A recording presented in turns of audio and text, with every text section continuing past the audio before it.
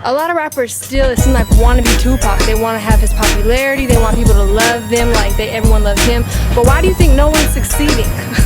Well, because this is what they fail to realize about Tupac. In order for them to be Tupac, they would have to die before they peaked. Right before they peaked, they would have to die. So if you don't die, you can't do it. Bottom line, if you don't go die, you're not gonna be the next Tupac, because it ain't gonna be a next Tupac. Straight up.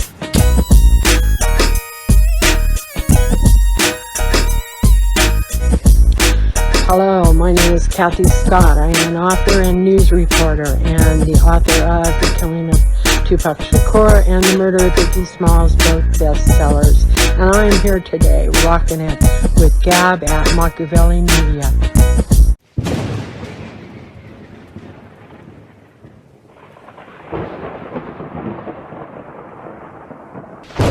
So Suge Knight said he actually paid somebody $3 million upon the request of Afeni to do the cremation on Tupac.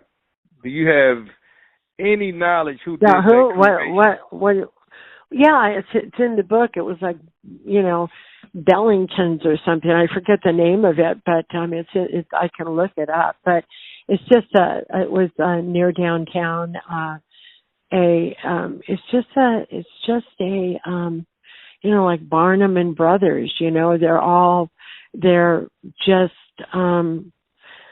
They're mortuaries, and she went to a private mortuary and requested that he be cremated, and she picked him up, in the ashes, and took him back to Georgia, and that's where I think some of his ashes went to. They had some ceremony in Los Angeles where they blew him out to sea or something, but the rest of the ashes were, I don't know if she opened them and scattered them, but they were in Georgia, whether she kept them in a canister or however she did it. But she took her boy back home. He was on a plane with her when she went home. So, okay. And who would pay? I mean, why? And I mean, there's price control, but crematoriums, there's a fee. It's a flat fee. There isn't more. It's not $3 million if your name is Tupac. I mean, why would someone pay her? I mean, she paid for her son to be cremated. Her sister went out with her to Las Vegas. She was there too. But if you look at it, the facts make sense. Nothing else does. So it's laughable when I hear that. By the way, I've never heard that, but it's laughable because it's just a bunch of hooey. Somebody just makes it up. You put it out there, and it becomes an alternate reality. That's not true. So why in the world would someone have to pay Afeni to have her son cremated? She just went to a local crematory, local, mortuary, and had her son done, and she went back and picked him up when he was done. Probably cost, I don't know what's it cost today to have it done, whatever it was back then. That doesn't even make sense.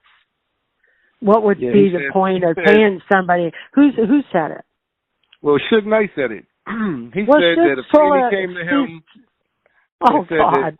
I'm going to just tell you what he said. He said if he wasn't even there. Afeni, they didn't even talk. They didn't even talk. Wow. He was busy. He wasn't there. He didn't even go inside the trauma unit. He may have seen her during the week.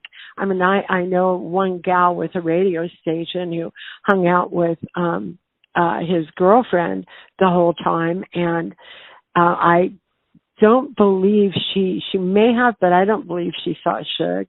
And Afeni's son was at the hospital in dire straits.